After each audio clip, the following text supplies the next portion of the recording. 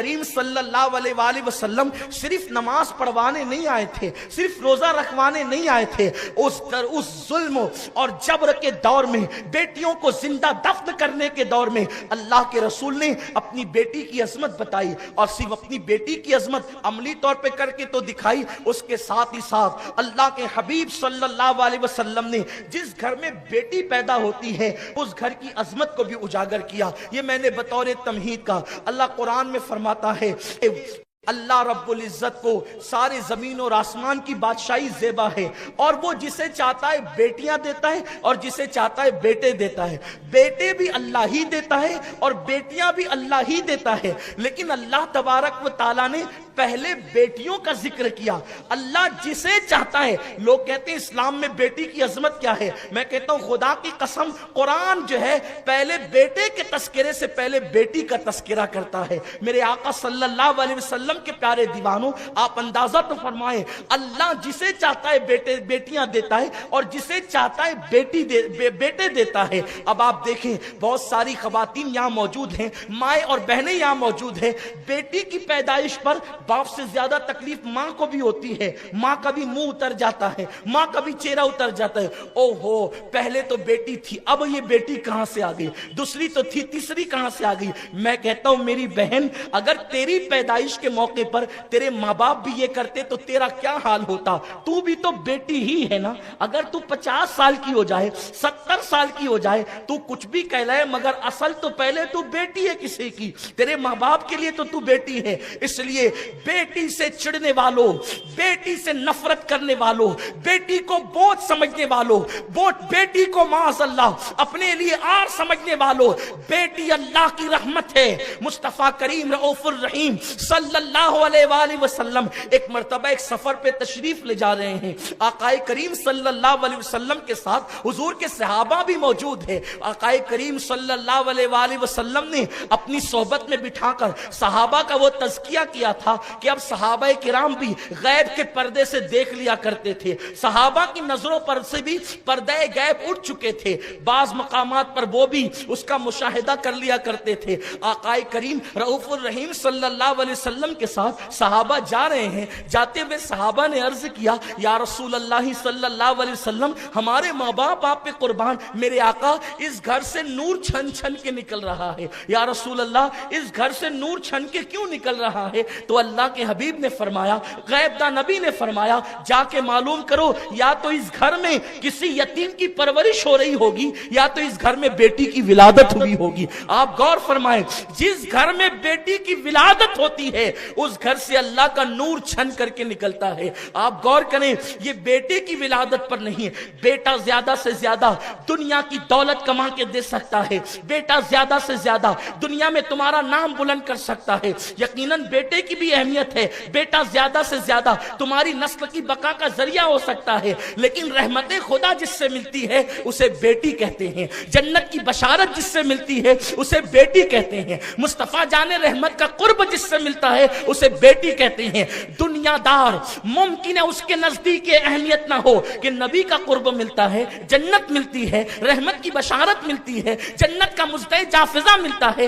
آپ جانتے ہیں اللہ کے حبیب مصطفیٰ کریم رؤوف الرحیم صلی اللہ علیہ وآلہ وسلم نے فرمایا، جس کے گھر میں 3 عدد بیٹیاں ہوں، جس کے گھر میں 3 بیٹیاں ہوں اور 1 عدد بیٹا ہو، جب وہ سفر سے آئے، اس لیے کہ جو چیز کی کمی ہوتی ہے اس کی اہمیت زیادہ ہوتی ہے، تو چونکہ جس کے گھر میں 3 بیٹیاں ہوں اور بیٹا 1 ہی ہو، آپ جانتے ہیں اس گھر میں بیٹے کی اہمیت کیا ہوگی، اس گھر میں بیٹوں کو کیسے پلکوں پہ بٹھایا جاتا ہوگا، بیٹے کی کیسی قدر کی جاتی ہوگی، بیٹے کی کیسی اہمیت کی جاتی ہوگی۔ اللہ اکبر، میرے آقا فرماتے ہیں اگر 3 عدد کسی کے گھر میں بیٹیاں ہوں اور 1 ہی عدد بیٹا ہو، آقا فرماتے ہیں جب وہ سفر سے واپس آئے تو پہلے اپنے بیٹے سے نہ ملے، ایک لوتے بیٹے سے نہ ملے، بلکہ وہ 3 عدد جو بیٹیاں ہیں پہلے ان بیٹیوں سے ملاقات کرے۔ یہ کس نے قانون دیا ہے؟ یہ قانون مصطفیٰ جان رحمت نے دیا ہے، یعنی تمہارے گھر میں جو 3 عدد بیٹیاں ہیں، 1 عدد ایک لوتے بیٹے سے پہلے مت ملنا، جب سفر سے آؤ تو پہلے اپنی بیٹیوں سے ملنا۔ اور آقا کریم صلی اللہ علیہ وسلم فرماتے ہیں اگر سفر میں तुमने कोई तोहफा खरीदा है और तुम कोई तोहफा लाए हो तो पहले तोहफा बेटे को मत देना, बल्कि तोहफा पहले बेटियों को देना। अगरचे वो 3 हो, उनकी तादाद ज्यादा हो, अगरचे बेटा इकलौता हो, तुम जब सफर से तोहफा लेकर के आओ तो पहले बेटे को मत देना। आकाए करीम फरमाते हैं पहले बेटी को तोहफा देना। और फिर मेरे आका का फरमान सुनो, अपनी माओ और बहनों से कहता हूं मचल जाओ, बेशुमार दुरूद और सलाम हो उस आमिना के लाल पर जिसने बेटी को कितना बुलंद मकाम अता किया है। आकाए करीम सल्लल्लाहु अलैहि वसल्लम फरमाते हैं जब तुम सफर से वापस आओ और तोहफा लेकर के आओ, एक लौते बेटे को पहले तोहफा मत देना, बल्कि पहले तोहफा अपनी बेटियों को देना। आका फरमाते हैं उसकी वजह यह है अगर तुमने पहले बेटे को तोहफा दिया तो बेटियों का दिल बड़ा नाजुक होता है, बेटियों का दिल बड़ा कमजोर होता है, उनका दिल दुख जाएगा, उनका दिल टूट जाएगा। और आका फरमाते हैं जिसने अपनी बेटी का दिल तोड़ दिया उसने मुझ मोहम्मद का दिल तोड़ दिया। अब आप मुझे बताएं जो बेटी के दिलों को तकलीफ पहुंचाते हैं, गोया कि वो जिस रसूल का कलेमा पढ़ते हैं उस रसूल के दिल को तकलीफ पहुंचाते हैं, उस रसूल के दिल को अजियत पहुंचाते हैं। मेरे प्यारे आका अलैहिस्सलाम प्यारे दीवानों मुझे बताओ, नमाज पढ़ने वालों 5 वक्त की नमाज पढ़ते हो, तहज्जुद का भी एहतमाम करते हो, कुरान की तिलावत भी करते हो, घरों के अंदर इस्लामी माहौल है, लेकिन मुझे बताओ इस्लाम सिर्फ रोजा नमाज हज और ज़कात का नाम नहीं, क्या ये रसूल पाक की सुन्नत नहीं है कि बेटी का दिल दुखाने वाला गोया कि अपने नबी का दिल दुखाता है, अपने नबी पाक के दिल को अज़ियत पहुंचाता है। आकाए करीम तो फरमाते हैं पहले बेटे को तोहफा मत दो, पहले बेटी को तोहफा दो। अल्लाह अकबर। और मेरे आका सल्लल्लाहु अलैहि वसल्लम ने एक महफिल में इरशाद फरमाया जिसके घर में 3 बेटियां पैदा हो, हुजूर ने शुरुआत की है 3 बेटियों से। आका फरमाते हैं जिसके घर में 3 अदद बेटियां पैदा हो और वो खुशी करे।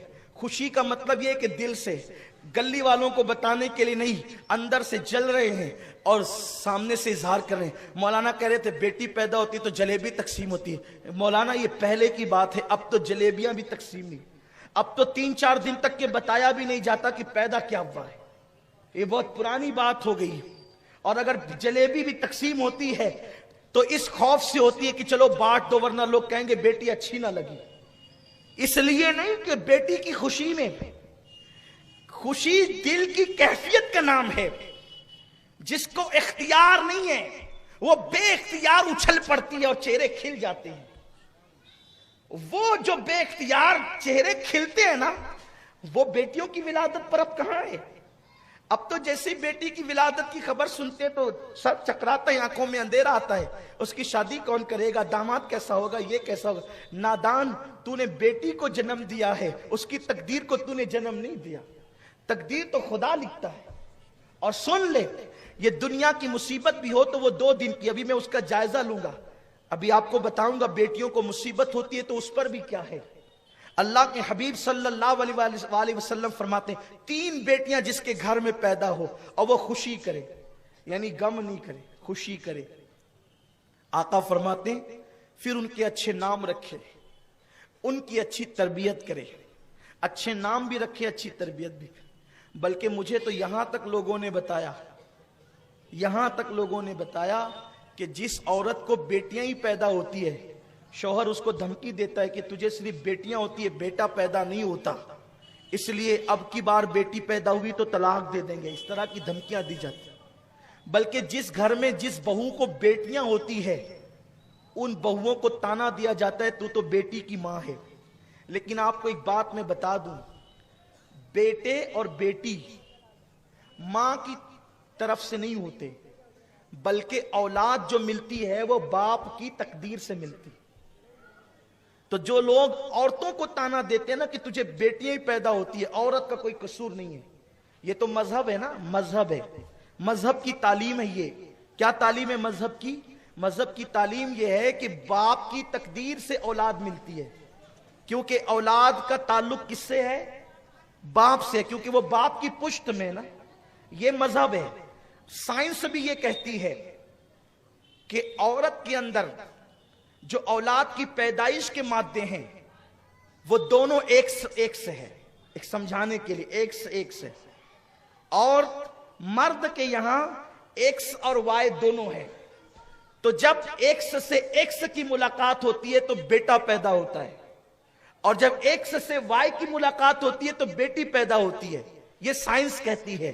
अब आप मुझे बताएं, आप जिस औरत को ताना दे रहे हो उसके वहां तो वाई है ही नहीं, वो वाई तो आपकी वजह से है।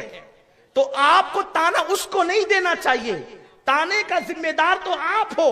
और अगर आप मुसलमान हैं तो आप भी ताने के काबिल नहीं हैं, क्योंकि मेरे अल्लाह ने फरमाया हम जिसको चाहते हैं बेटियां देते हैं और जिसको चाहते हैं बेटा देते हैं। चाहत तो उसकी है, ताना देने वाला तू कौन होता है? हुजूर अलैहिस्सलाम फरमाते हैं जिसके घर में 3 बेटियां हो। अब जब अल्लाह की चाहत पर मुसलमान राजी ना हो तो फिर कौन राजी? हुजूर फरमाते हैं जिसके घर में 3 बेटियां हो, अच्छे नाम रखे, अच्छी परवरिश करे और अच्छे घराने में उसकी शादी कर दे, अच्छे घराने में उसकी शादी कर दे।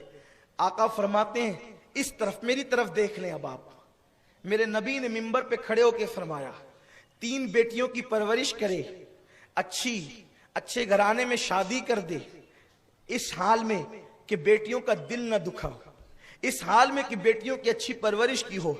आका ने फिर अपना हाथ उठा दिया, मेरे हाथ उनके हाथ की तरह नहीं, किसी के हाथ उनके हाथ की तरह नहीं, सिर्फ बताने के लिए हुजूर सैयद आलम ने अपना हाथ उठा दिया, वो हाथ जिस समतो उठा गनी कर दिया, मौजे बहरे समाहत पे लाखों सलाम। हुजूर ने अपने हाथ उठा दिए, वो हाथ जिसको कुरान यदुल्लाह कहता है। कुर्बान जाएं वो हाथ उठाएं जिन हाथों की शान ये है वमा रमैता इद रमैता वलाकिन्नल्लाह रमा। अगर वो हाथ कंकरी फेंक दे तो कुदरत कहे तूने नहीं महबूब, हमने कंकरियां फेंकी है। हुजूर ने वो हाथ उठाए, सहाबा की तवज्जो हो गई। आका फरमाते हैं मेरे सहाबा ये देख रहे हो ये 2 उंगलियां कितने करीब है? हुजूर ने यूं किया, सरकार ने गोरे गोरे नर्म नर्म खूबसूरत हाथ यूं किया, गोया कि वो यदुल्लाह को हुजूर ने यूं किया और फरमाया मेरे सहाबा ये जो देख रहे हो 2 उंगलियां कितने करीब है। अब आप देख रहे हो, मैं सिर्फ समझाने के लिए, ये 2 उंगलियां कितनी करीब है, इनमें कोई फासला नहीं है। आका फरमाते 3 बेटियों का बाप जो बेटी की पैदाइश पर खुशी करे, अच्छे नाम रखे, अच्छी तरबियत करे, अच्छे घराने में शादी कर दे। हुजूर फरमाते हैं जैसे ये 2 उंगलियां करीब है, 3 बेटियों का बाप और मैं मोहम्मद जन्नत में इतने ही करीब रहेंगे।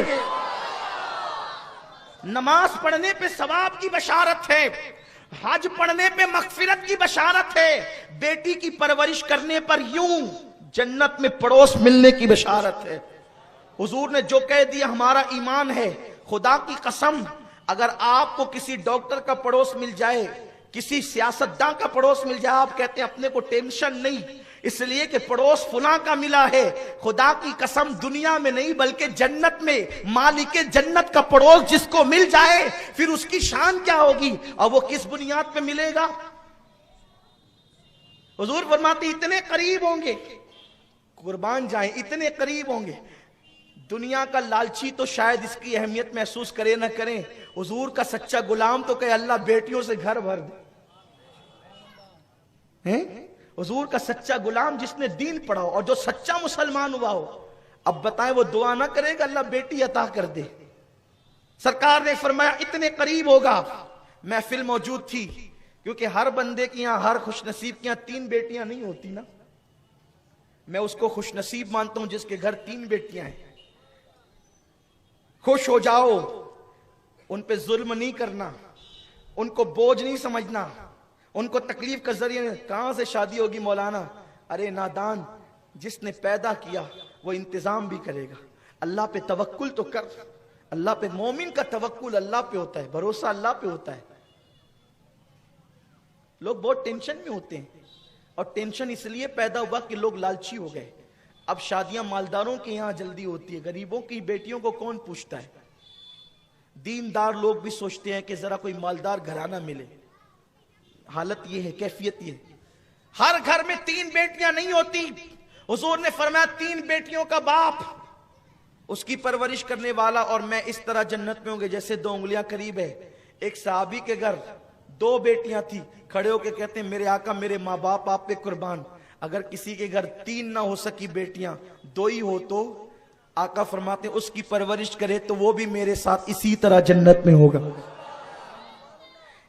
ایک والا تڑپنے لگا اور سوچا کہ میں نہ 3 ہے نہ 2 ہے، کھڑے ہو کر عرض کی آقا اگر 3 نہ ہو سکے 2 بھی نہ ہو سکے، اگر ایسا ہی ہو 1 ہی ملے تو؟